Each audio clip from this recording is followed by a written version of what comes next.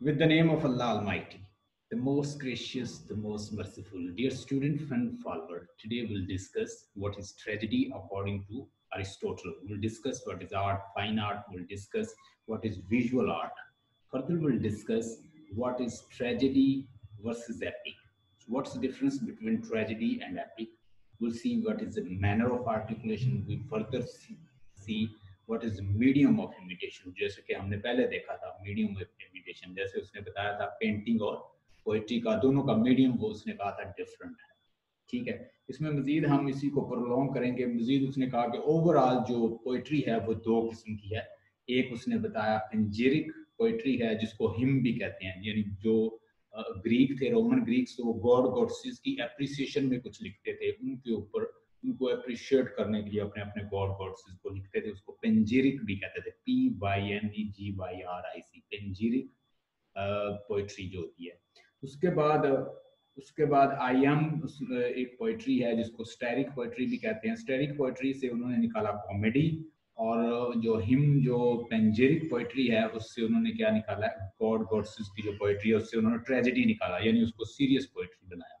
और मजीद हम इसमें इन्हीं चीज़ों में ये सारे पॉइंट्स आप लिख लें क्योंकि हमने ये डिस्कस करने हैं, फिर समझने के लिए आसान हो जाएगी। एक है फिर इमिटेशंस एक्शन नॉट नरेशन, यानी जो ट्रेजेडी में जो इमिटेशन होगी वो एक्शन, वो ड्रामेटिक किस्म की होगी, उसमें एक्शन होंगे। जबकि जो एपिक के अंदर जो इमिटेशन है वो क्या होगी, वो एक नरेटिव होगी।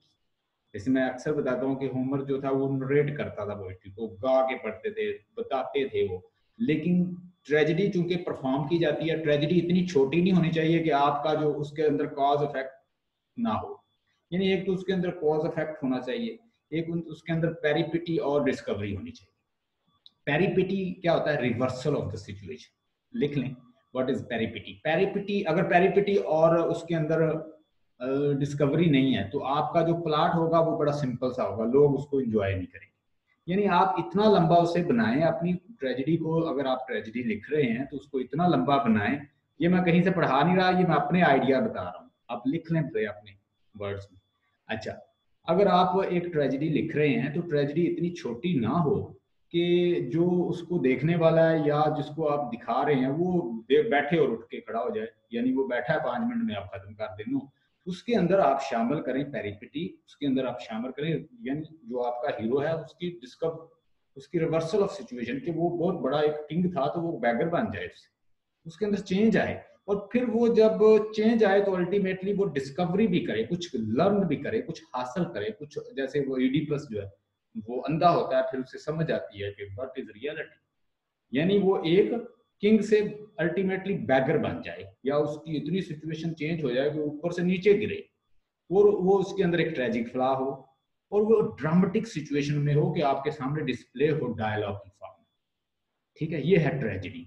लेकिन एपिक जो on the other hand it is a narrative, उसका प्लॉट जो है वो नरेटिव होगा, एक नरेशन होगी, और वो लंबी होगी 12 से 14 बुक्स की। वो एक सिटिंग में आप नहीं किसी को दिखा सकते, सुना सकते। जैसे हमने एपिक की बुक पढ़ी पैराडाइज लॉस्ट, तो उस पर काफी दिन लगे हैं। ठीक है, एपिक जो है वो लंबी बुक होती है, वो एक बुक है, फिर उसके बाद वो 14 बुक्स होती हैं, तो वो एक लंबी दास्तान है एपिक, एक लंबी एक नरेटिव टेल है। जबकि आप जरा देखिए पोइट्री को, ट्रेजेडी को देखें, ट्रेजेडी जो है उसके अंदर आप शामिल करें एक तो पेरिपिटी के हीरो के अंदर चेंज आना चाहिए, उसकी सिचुएशन जो है वो चेंज हो जाए, वो रॉयल से डाउनवर्ड जाए, एक रॉयल पर्सनैलिटी उससे डाउनवर्ड जा रहा है। उसके बाद उसके अंदर ट्रेजिक फ्लॉ होना चाहिए। फिर उसके अंदर जब ये चीजें आप शामिल करेंगे तो राउंड अबाउट एक मूवी का ड्यूरेशन बन जाएगा, तो आप देखेंगे वो आपको अच्छा लगेगा। एक उसकी जैसे अरिस्टोटल ने डेफिनेशन की है कि उसकी एक मैग्नीट्यूड होनी चाहिए। मैग्नीट्यूड से मतलब यही है कि उसकी कोई लेंथ होनी चाहिए। अब ये नहीं कि बहुत शॉर्ट हो, वो पिटी फियर भी क्रिएट नहीं कर पाएगा। So you should write such kind of poetry that has certain magnitude, उसकी कोई लेंथ हो, and you include such kind of a language and embellishment in such a language that must arouse pity and fear in audience के उसका purpose क्या होता है एक tragedy का, कि वो ऑडियंस के अंदर पिटी और फियर लेकर आए, और पिटी और फियर अल्टीमेटली कॉज बनेगा कैथारसिस का। जब आप रो लेते हैं ना तो आपका कैथारसिस हो जाता है। ठीक है, When you weep on certain situation, you get catharsis. बात वो कहते हैं यार रो लो, अगर तुम रोगे तो तुम्हारा कथारसिस हो जाएगा, तुम अपनी दासा मुझे बता लो। तो वो जैसे ही वो बताता है तो उसका कथारसिस हो जाता है, मीन उसे उसकी परगेशन हो जाती है। वो उसकी जो इमोशन होती है वो क्या होती है, वो उसके अंदर जो इमोशन पैशंस होते हैं वो निकल जाते हैं और वो खुद को हल्का महसूस करता है। तो एक जी इसका second part is concerned with the emotional effect of the tragedy. पहला तो इमिटेट करना है, और दूसरा जो पार्ट है उसके अंदर ट्रेजेडी का क्या होना चाहिए, इमोशनल इफेक्ट भी लाए कि आपकी ट्रेजेडी लिखी हुई है must arouse pity and fear. Function of यानी मेन फंक्शन, मेन उसका वर्क क्या है एक ट्रेजेडी का, कि वो कॉज बनता है ट्रेजेडी पिटी और फियर की। अगर नहीं ला रहा तो वो ट्रेजेडी नहीं है। कथारसिस भी होना चाहिए। कथारसिस अल्टीमेटली क्या करता है, रिलीफ दे देता है। जब आप पिटी फियर क्रिएट करते हैं तो कथारसिस खुद ब खुद हो जाता है।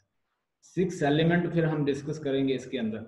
6 एलिमेंट को हमने पहले भी डिस्कस किया है। 6 एलिमेंट में ये बड़े प्रैक्टिकल अंदाज से मैं आपको बता रहा हूँ, आप लिख लें इनको। पहले आपको पता है कि प्लॉट होता है। प्लॉट जो है अरिस्टोटल ने बताया कि ये सोल है ट्रेजेडी की। प्लॉट जो है आपका इस तरह होना चाहिए कि अगर कैरेक्टर आपको याद नहीं है तो आप उसकी स्टोरी बड़ी अच्छी तरीके से बता लें। आप किसी की मिसाल दे सकते हैं, किंग लियर की मिसाल दे दें, एडिपस रेक्स की दे दें, अथेलो की दे दें, मैकबथ की दे दें। आपने जोन सार्ट प्ले पढ़ा हुआ है, आप उसकी मिसाल दे दें कि भाई हमें बगैर कैरेक्टर के ये याद है, क्योंकि उसका जो प्लॉट है वो बड़ा स्ट्रॉन्ग है। अगर प्लॉट लूज किस्म का होगा, अगर वेल निटेड नहीं होगा, होल एज ऑर्गेनिक होल नहीं होगा, यानी वो एक कंप्लीट प्लॉट नहीं होगा, तो आप उसे सुना नहीं सकोगे। शेक्सपियर के प्लॉट क्या है, एक कंप्लीट होल है कि आप उसको अच्छी तरह बता सकते हो। कैरेक्टर ना भी याद रहे वो आप उसको, वो स्टोरी इस तरह की लेता।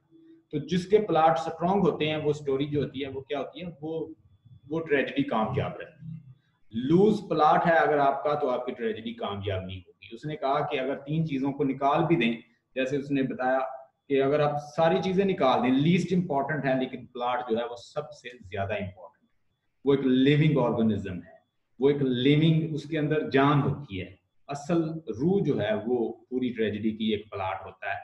आप स्पेक्टिकल को रिमूव कर दें, सॉन्ग को निकाल दें, आप थॉट को भी निकाल दें, आपकी ट्रेजेडी तब भी चल जाएगी if you got a good plot. अगर आपका प्लॉट जानदार है, लिविंग ऑर्गेनिज्म होता है, एक जानदार चीज है वो कहता है। और एक प्लॉट का वो कहता है मजीद, उसने आपकी असाइनमेंट के ऊपर भी है ये लिखा हुआ, उसने कहा कि एक प्लॉट का एक बिगिनिंग होता है, एक मिडल होता है और एंड होता है। यानी प्लॉट का बिगिनिंग ऐसा हो, अरिस्टोटल कहता है कि जब आप ट्रेजेडी लिखो तो उस प्लॉट का बिगिनिंग ऐसा हो कि आपको फील हो कि यहाँ से ही स्टार्ट होता है, इससे पहले कुछ नहीं, और आपको बिगिनिंग बताए कि इसके बाद मिडल आ रहा है। और मिडल उसका इस तरह से डिवाइस किया जाए, इस तरह फॉर्मेट किया जाए, उसको इस तरह फॉर्म किया जाए कि वो आपको बताए कि इसके बाद कंक्लूजन आएगा, और कंक्लूजन ऐसा हो कि वो आपको खुद बताए कि इसके बाद कुछ नहीं आ रहा। यानी ये उसने उसको डिफाइन किया है, एक प्लॉट का बिगनिंग मिडल और एंड, अरिस्टोटल ने। आप ये इसको डिस्कस कर सकते हैं। और एक प्लॉट के अंदर वो कहता है कि पेरिपेटी क्रिएट करें और उसके अंदर लाएं डिस्कवरी। अगर आप पेरिपेटी और डिस्कवरी उसके अंदर इंक्लूड कर रहे हैं, लिख लें, ये नोट कर लें। कहता है सिंपल प्लॉट जो होता है उसके अंदर ना पेरिपेटी होता है ना डिस्कवरी होता है। पेरिपेटी का मतलब होता है कि हीरो की किस्मत बदल जाए, कि वो हीरो से जीरो बन जाए, गिर पड़े। ठीक है, ये होती है उसकी change in the Fortune of the hero. Protagonist की जब फॉर्चून चेंज होती है उसको हम कहते हैं पेरिपेटी। डिस्कवरी कि जब वो नॉलेज लर्न करता है, जैसे इडिपस ने किया, जैसे मैकबथ ने किया, जैसे थैलो ने किया, जैसे हैमलेट ने किया। तो जितने भी हीरो हीरो होते हैं वो कोई ना कोई लेसन जो है वो लर्न करते हैं। और मेरा अहमद के आप देख लें, जब उनके पास ट्रेजेडी आती है और सफर करते हैं, कोई उनसे गलती हो जाती है, फिर वो कहीं गिरते हैं, तो वो भी ऐसा ही बनाती है। तो अब सिंपल प्लॉट कैसा होगा? सिंपल प्लॉट ऐसा होगा कि जिसके अंदर आप ना तो पेरिपेटी डाल रहे हैं और ना डिस्कवरी डाल रहे हैं, वो आपका सिंपल प्लॉट होगा, वो इतना अच्छा नहीं होगा। तो कहता है कॉम्प्लेक्स प्लॉट क्रिएट करें। कॉम्प्लेक्स प्लॉट के अंदर क्या होगा? पेरिपेटी होगा और डिस्कवरी होगा। इसको नोट कर, यानी एक प्लॉट के अंदर, प्लॉट को उसने ज्यादा इंपॉर्टेंस दी है। और मैं भी प्लॉट, हो सकता है प्लॉट के ऊपर एक असाइनमेंट ही आ जाए तो आप अपने लफ्जों में भी अच्छी तरह लिख सकेंगे, क्योंकि मैं आपको एक प्रैक्टिकल अंदाज से ये चीजें बता रहा हूँ। एक प्लॉट जो होता है वो लिविंग ऑर्गेनिज्म होता है स्टोरी का, और ये एक ऑर्गेनिक होल होता है, यानी ये कंप्लीट एक स्टोरी होती है। अगर उससे बहुत सारी चीजें आप निकाल दें, हज़फ कर दें, निकाल दें, तब भी वो अपने आप को करैक्टर आप ना शामिल करें, वैसे स्टोरी सुना सकते हैं अगर आपका प्लॉट जानता है। बिगनिंग, बिगनिंग हो, बिगनिंग फिर उसका मिडल हो, फिर उसका एंड। ये एक स्टोरी की सोल होता है, उसकी जान होती है, और ये परफेक्ट होता है, it is perfect in itself. और इसके अंदर क्या होता है, ये कंप्लीट होल होता है, इसके अंदर कुछ सुपरफ्लुअस सुपरफ्लुअस चीजें नहीं होती, सुपरफ्लुअस कोई एक्स्ट्रा चीजें नहीं होती, परफेक्ट होना चाहिए, नॉट सुपरफ्लुअस कि कोई इररिलेवेंट चीजें डाल डाल के आपने सुपरफ्लुअस बनाया। No, don't make it irrelevant, to the point. और जैसे किंग लियर का है, जैसे हैमलेट का है, जैसे उसके बाद सोफोक्ली ने लिखा है, जैसे एस्किलिस ने लिखा है एगमेम्नॉन, उसको देख लें। एगमेम्नॉन जो है ये भी एक फर्दर स्टोरी है, ट्रॉय मूवी से फर्दर जो है निकली है।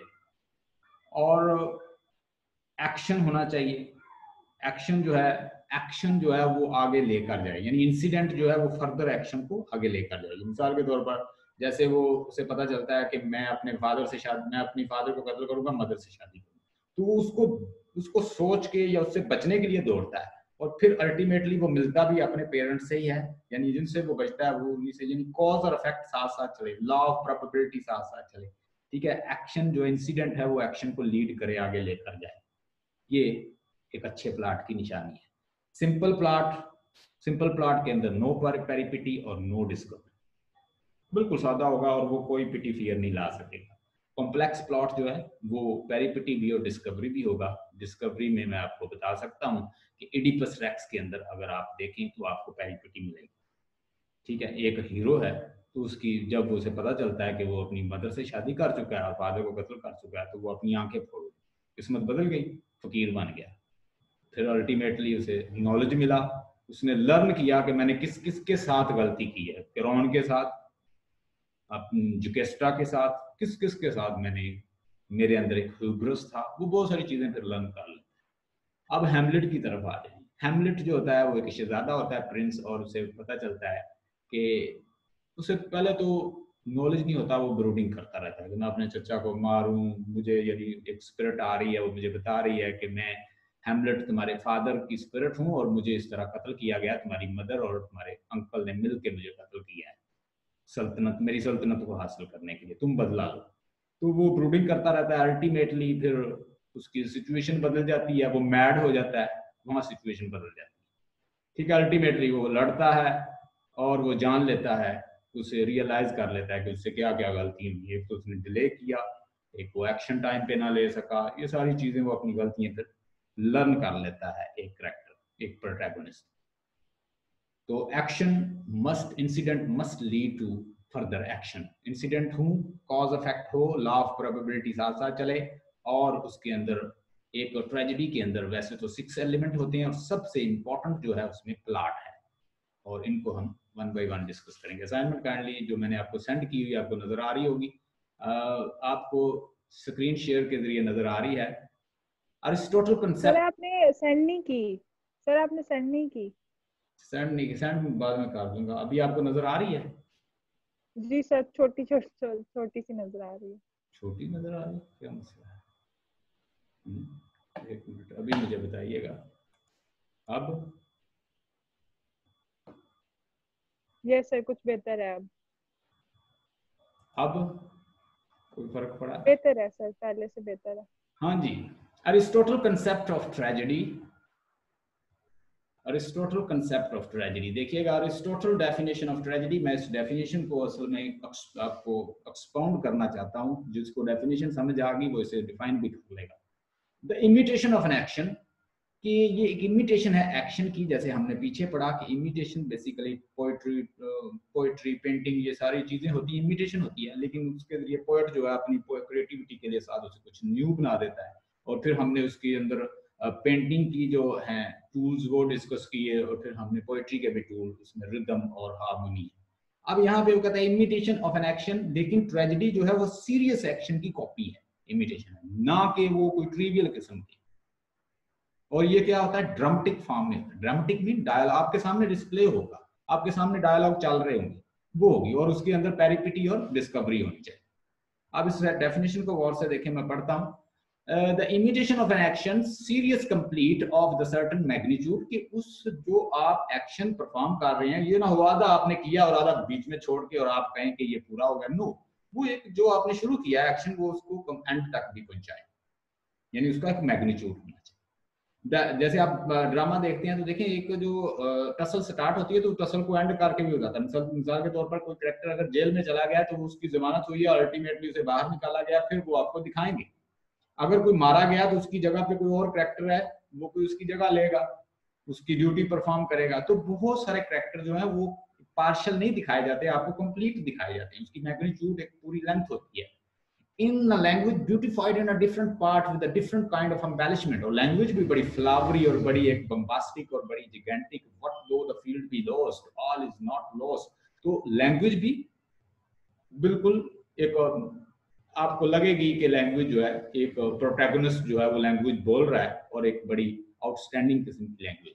Through action not in narration, tragedy जो है वो नरेटिव नहीं होती, वो क्या होती है, एक्शन में होती है। And through the scene of pity and fear bringing about the catharsis, और जो उसके अंदर सीन डाले जाते हैं, अल्टीमेटली जब सफर करता है प्रोटैगनिस्ट, आपकी आंखों से आंसू आते हैं, आप रोते हैं। आपने अगर मुझसे इडिपस रेक्स को पढ़ा हो तो उसके जो उसका लास्ट सीन है, जो लास्ट उसका सीन है, जो मैंने पढ़ाया था, तो मैं खुद रोने लगा, मेरी आंखों से आंसू आते हैं जब वो कहता है कि मेरी बच्चियों, मेरी बेटियों को कौन, इन मेरी बेटियों का कौन बनेगा, who will marry them, no one is going to marry। कहता है कि my daughters come to me, I am your brother and father as well, these are the hands who have snatched from you your father, ये वो हाथ हैं जिसने तुमसे तुम्हारा फादर छीन लिया। I am your father and brother, मैं तुम्हारा भाई भी हूं और तुम्हारा फादर भी हूं। अब इस तरह की वो बातें जब करता है तो डेफिनेटली जब लाइन टू लाइन टेक्स्ट पढ़ रहे होते हैं तो फिर उसकी कोई और सेंस आती है। तो पिटी और फियर जो है वो क्रिएट होता है कि उसका कसूर नहीं है, उससे उसके अंदर ट्रेजिक फ्लॉ था, उसे पता ही नहीं था कि उससे ये गलती सरजद हुई है। He started weeping. आपके सामने पिक्चर भी एक ट्रेजेडी की नजर आ रही है, ये भी मैंने लगाई है। अच्छा जी, ये तो मैंने एक डेफिनेशन आपको बताई, आगे देखिए। द इमिटेशन ऑफ, मैं वन बाय वन एक एक को मैं वाजे करूं। The imitation of an action that is serious, complete and the certain magnitude, यानी जो आपने इमिटेट करना है कोई एक्शन, अगर आप खुद ट्रेजेडी लिख रहे हैं, होना तो ये चाहिए कि मैं आपको कल कहूँ कि कल एक ट्रेजेडी लिख के लाएं भी, आप फौजिया आप भी एक ट्रेजेडी लिख के लाएं, आप भी अलीसा एक ट्रेजेडी, साइमा आप भी ट्रेजेडी लिख के लाएं, चले जी आप कल मुझे ट्रेजेडी एक एक जमा कराएं आज पढ़ा के। लेकिन हमारे चूंकि ऐसा काम चलता नहीं है, ना हम कोई इस तरह की क्रिएटिविटी करते हैं। बड़ी बड़ी यूनिवर्सिटी में ये होता है कि वो काम दे देते हैं, भाई आप ऐसा करेंगे, एक जो आप ऐसा करें, प्लॉट बना के लाएं, आप करैक्टर शामिल करें, आप कोई स्पेक्टिकल जो है नीचे उसके पीछे बैकग्राउंड जो है वो बनाए, आप कोई उसके अंदर करैक्टर जो है वो तैयार करें। तो here in our country there such kind of practical knowledge is not encourage. इस तरह का नॉलेज जो है वो इनकरेज नहीं होता, हम ऊपर से देख देख के पढ़ाते रहते हैं, चीजों को समझाते ही नहीं बच्चों को। The imitation of action that is serious, complete and certain magnitude, ये जो इमिटेशन कर रहे हैं हम एक्शन की, वो एक सीरियस होना चाहिए, कंप्लीट होना चाहिए। अगर सीरियस नहीं है तो वो कॉमेडी में चला जाएगा, वो ट्रेजेडी में नहीं रहेगा। अगर वो इनकम्प्लीट है तो फिर वो ट्रेजेडी नहीं रहेगी, वो एक रिडिकुलस सा सीन बन जाएगा। तो एक उसकी लेंथ हो जो एक्शन आप कम कर रहे हैं इमिटेट, और then there is a complete and that is serious as well. Hope you got the first point. आपको आप डेफिनेशन देखेंगे, आप इस डेफिनेशन को फौजिया 100 दफा भी पढ़ लें, जब तक आप इसको वन बाय वन लर्न नहीं करते आपको ये डेफिनेशन समझ नहीं आई। हमारे टीचर ने हमें रट्टा लगवाया, मुझे याद है जब हम पढ़ते थे तो मैंने ये चीज, ये कमी फील की कि वो हमें जस्ट रट्टा लगवाते थे। रट्टा नहीं, हमें इसको समझ के देखना है कि ये कहता क्या है। This mean that the good tragedy deal with one issue that is very serious. इसका मतलब ये कि एक अच्छी ट्रेजेडी जो है वो किसके साथ डील करती है, एक सीरियस इशू के साथ। You can't have a tragedy about something trivial like breaking a fingernail। किसी का फिंगर नेल जो है वो तोड़ देना, ब्रेक कर देना, आप कहेंगे ये ट्रेजेडी होगी। No, tragedy is serious, serious issue के। कोई बहुत बड़ा प्रिंस जो है उसका डाउनफॉल हो गया, कोई बहुत बड़ा शहजादा जो है वो उसकी डेथ होगी, कोई बहुत बड़ा जो किंग है, उसके अंदर कोई ट्रेजिक फ्लॉ था, वो सफर करने लग गया, कोई बहुत बड़ा कोई आलम दीन था वो गिर पड़ा ऊपर से, यानी उसका डाउनफॉल। यानी आप बहुत बड़े किसी रॉयल पर्सन की दिखाएंगे, उसका डाउनफॉल दिखाएंगे तो वो ट्रेजेडी में आ जाएगा। Magnitudes here mean size. Magnitude का मतलब मैंने क्या लिखा है कि इसका मतलब साइज है, कि साइज ये ना हो कि 5 मिनट की आप कहेंगे ट्रेजेडी है, ये मूवी जितनी उसकी लेंथ तो हो, जैसे आप मूवी देखते हैं। The tragic plot must have a certain magnitude or length. It should be long enough to allow the change from happiness to misery. आपको ये भी उसका प्लॉट जो है अपने अंदर दिखाए कि एक कैरेक्टर प्रोटैगनिस्ट जो है वो हैप्पीनेस से मिजरी की तरफ जा रहा है। अपने माइंड में एडिपस रेक्स को रखें, अगर आपने पढ़ा हुआ है तो आपको साथ साथ समझ आती है। But not too long to forgotten before the end. और इतना लॉन्ग भी ना हो, इतना लंबा एक्शन भी ना कर दें, या इतना लंबा भी उसका प्लॉट ना बना दें कि वो समझने में आपको भूल ही जाए कि क्या हुआ अंदर। Action too short can't be regarded as a proper and beautiful, for the different part will not be clearly visible. अब ना इतना लॉन्ग हो ना इतना शॉर्ट हो, एक अप्रोप्रिएट सा हो, एक मुनासिब सा। Its different part must well related to each others and to the whole. उसके जो different part हैं ट्रेजेडी के, वो सारे जो हैं इंटरलिंक होते हैं, कि कोई ऐसे कैरेक्टर ना डाल दें कि उनका लिंक ही ना हो उसके अंदर। It must be organic whole, कि मुकम्मल होल कंप्लीटनेस को जाहिर करे, कि अगर एक ईंट भी उसकी इधर उधर करें तो आपको फील हो कि वो पूरा सिस्टम जो है उसका खराब हो रहा है। In a language beautified in a different part with a different kind of embellishment. Language भी बड़ी फ्लावरी बम्बास्टिक और अच्छी होनी चाहिए। By language embellished का मीन है, I mean language into which rhythm, harmony and song enter. कि आपने जो सॉन्ग डालने हैं, जो आपने हारमोनी डालनी है, जो कैरेक्टर के रिदम डालना है। आपको मैं मिसाल देता हूँ, जैसे मेरे पास तुम हो एक ड्रामा चलता रहा है, तो वो कैसे उन्होंने उसको एक ड्रामा को कैसे उन्होंने सेट किया, तो डायलॉग उसके कैसे लग रहे थे कि जो टॉपिक चल रहा है उसके अकॉर्डिंग डायलॉग चल रहे हैं। अगर डायलॉग जो है कोई और बोलते जाए तो वो बिल्कुल इनअप्रोप्रिएट सा हो जाए, तो उसने बड़ा ना जो टॉपिक चल रहा था उससे रिलेटेड ही वो डायलॉग डालते थे। By the several kind in the separate. और फिर सॉन्ग देखें आप, पीछे जो उन्होंने धुन लगाई है या जो सॉन्ग चल रहा है वो आप देखें वो कैसा था। वो सॉन्ग भी हमें लगता है कि वाकई सॉन्ग भी उससे रिलेटेड है, तो जैसे ही सॉन्ग और ये सारी चीजें रिलेटेड होती हैं तो अच्छा लगता है, that looks nice. By language embellish, I mean language into which rhythm, harmony and song enter by the several kind of the separate part. I mean that some parts are rendered, कुछ इस तरह के उसमें डाले जाएं, use करें through the medium of verse along other again with the aid of song. कुछ song के जरिए भी थॉट जो है कन्वे हो जाती है, ठीक है। जैसे वो उसके अंदर एक डायलॉग बोलता तो पीछे एक सॉन्ग चलता है, वो म्यूजिक जो है उसको रिदम देता है और अच्छा बना देता है उसके डायलॉग को। तो दिस इज, ये सारी चीजें किसने बताई हैं? ये अरिस्टोटल ने बताई थी पहले। Through the actions and not narration. फिर ट्रेजेडी जो आप लिख रहे हैं, जो ट्रेजेडी आप डिस्प्ले कर रहे हैं, उसको इस तरह लिखें कि उसके साथ क्या लगाएं, थ्रू एक्शन नॉट नरेशन। उसको नरेशन में ना रखें कि वो नरेट करता हुआ कोई बंदा नजर आए, no, it should be performed. To narrate a story is simply to tell the story. Narrate करना तो कोई स्टोरी आप बता रहे हैं, like telling a friend what happened over the weekend. जैसे आप अलीसा जो है वो अपनी कोई कल जो हुआ उसके साथ वो सारी बात बता दे हमें, तो वो एक क्या होगी, वो it is just like a telling a story. But सामने डिस्प्ले करना वो कोई और चीज है। ट्रेजेडी जो है वो एक just like a drama play है जो आपके सामने होता है डायलॉग की शक्ल में, और कैरेक्टर बकायदा परफॉर्म करते हैं। In a play, the story must be dramatized or acted out. Dramatized or acted out हो, and through scenes of pity and fear. और उसके अंदर कोई इस तरह के सीन हो जैसे एडिपस रेक्स के अंदर है कि आपको पिटी फियर भी क्रिएट हो ताकि आपका कथारसिस भी हो। हमने एक प्ले राइट पढ़ा था बैटोल्ड ब्रैकेट। हाँ जी, याद हो आप लोगों को, अगर आपने मुझसे ड्रामा पढ़ा है उसमें हमने बैटोल्ड ब्रैकेट पढ़ा था। बैटोल्ड ब्रैकेट कहता था कि पिटी फियर क्रिएट करें तो रीडर को, ऑडियंस को तो पता ही नहीं चलता कि वो क्या देखकर आए हैं, वो तो बस ये उसमें गुम हो जाते हैं। आप उनको पहले बता दें भाई ये ड्रामा चल रहा है, उसको डिस्टेंसिंग टेक्निक इस्तेमाल करें कि भाई ये ड्रामा है, ये लोग क्रैक कर रहे हैं और हम जस्ट आपको दिखा रहे हैं, आप लोग इसको ऑब्जर्व करें और एज ऑब्जर्वर बैठे हैं। किस किस को याद है Bertolt Brecht? According to the Bertolt Brecht, is a hammer. Sir Bertolt bracket जो है, बोले प्लीज। जी सर, उन्होंने तो ये कहा था ना कि रीडर को जो है ना वो इन्वॉल्व करें, जो रीडर है उसको, ऑडियंस को, हेलो, ऑडियंस सॉरी ऑडियंस को जो है वो इन्वॉल्व करें। अगर आप उसे रुला देंगे तो होता है ना, सोच नहीं सकेगा। अगर आप उसे रुला देंगे ना, वो कहता है कि इमोशन पैशन में अगर इन्वॉल्व कर देंगे तो वो सोच नहीं सकेगा, क्योंकि जो इमोशन की दुनिया है।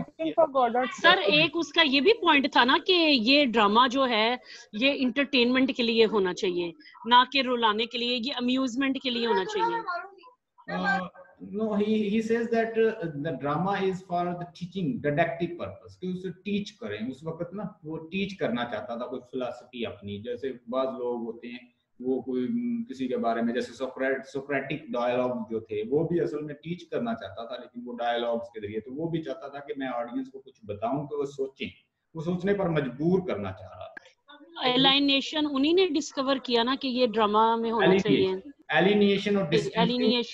एलिनेशन और डिस्टेंसिंग की टेक्निक उसने ये शामिल की थी कि वो पहले आप समझा देता था करैक्टर को, जब वो परफॉर्म करने लगता था कि ये करैक्टर है मेयर, और ये ना समझ लीजिएगा कि रियलिटी है। और बाद लोग जो है रोकर इस तरह कुछ सोचते ही नहीं, हम चाह रहे हैं कि आप सोचें कि भाई ये कहना क्या चाहता है ड्रामा।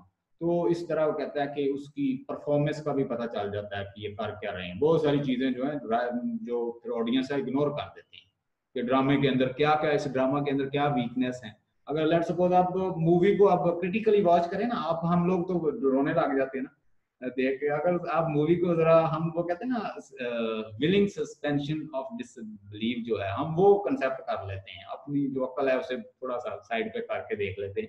अब थोड़ा सा क्रिटिकली वॉच करें तो बिलीव मी हमें बड़े रिडिकुलस से सीन आ रहे होते हैं। एक बंदा घोड़े पे चढ़ के आ रहा, दौड़ रहा, इतनी दूर से तलवार मारता है और वो बंदा मील दूर होता है तो उसके लग जाती है। भाई तुम जिन हो। अब ये देखें टोटली वो कॉलरेज वाली बात है कि हम अपनी अकल को सस्पेंड करके उसे फिर देख सकते हैं कि मील पे बंदा खड़ा है, घोड़े पे चढ़ा और दूर से तलवार मारता है, वो तलवार उसके लग जाती है। Can you believe this? तो हम चूंकि उस ड्रामे के अंदर बिल्कुल इन्वॉल्व हो जाते हैं, अपने आप को इमोशनली इन्वॉल्व कर लेते हैं, इसलिए हम उसे क्रिटिकली वॉच ही नहीं, ऑब्जर्व ही नहीं कर पाते।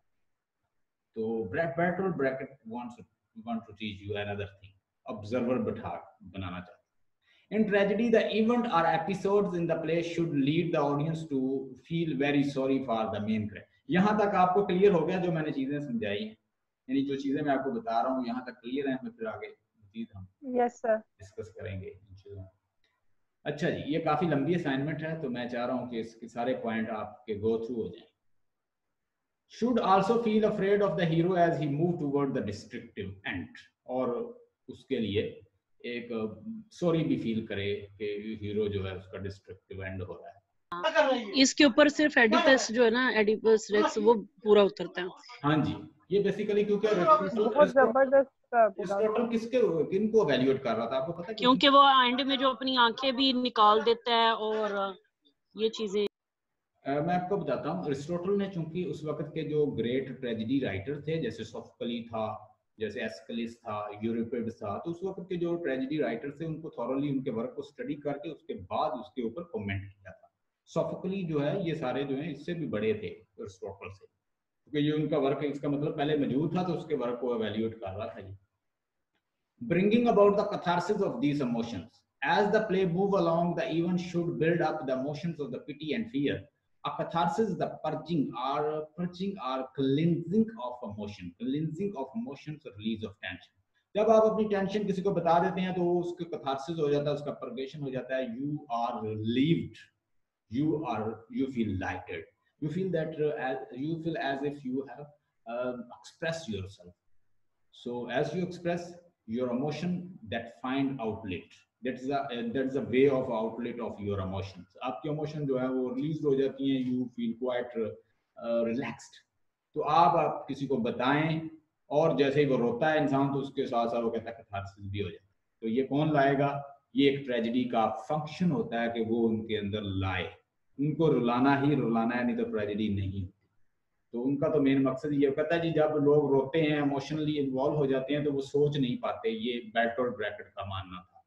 About the catharsis in the poetic, while defining the tragedy, Aristotle writes that the function of the tragedy is to arouse the emotions of pity and fear, and this way to affect the catharsis of these emotions. जब pity और fear आएगा तो catharsis खुद ही हो जाएगा। Further, the Greek and the catharsis have three meaning. Greek ने catharsis के different meaning लिए। अब देखिए, चूंकि बहुत सारा जो वर्क है अरिस्टोटल का वो नहीं बच सका, बहुत पुराना है अरिस्टोटल, तो कुछ चीजें फिर उन्होंने उसके कॉन्टेक्स्ट से जब इम्प्लीकेट करता है ना, इम्प्लीकेशन का मतलब होता है कुछ मीनिंग जो होते हैं वो इम्प्लाइड मीनिंग हम ले लेते हैं। मिसाल के तौर पर एक सेंस है ना, तो उसको सेंस आउट कर लेते हैं। एग्जैक्ट मीनिंग आपको नहीं पता, लेकिन आप कॉन्टेक्स्ट से बाज का मानी निकाल लेते हैं। तो बहुत सारे मानी जो है अरिस्टोटल के कॉन्टेक्स्ट से, उसकी बातों से, फिर दूसरी किताबों से निकाले गए। Further, the Greek word catharsis has three meaning. Catharsis के तीन मीनिंग है, purgation, purification, clarification। तो ओवरऑल ये उसी की तरफ आ जाता है। इमोशन का रिलीज के बाद आप लाइट फील जब करते हैं तो purgation, purification, clarification उसी के मीनिंग है। ये इनको अच्छी तरह आप देख लीजिए। All agree that the tragedy arose fear and pity, but there are sharp differences as to the process, the way by which the arousing these emotions gives pleasures. ठीक है जी। This is often a moment of revelations when the tragic hero falls flat on the face and the audience call can finally explode.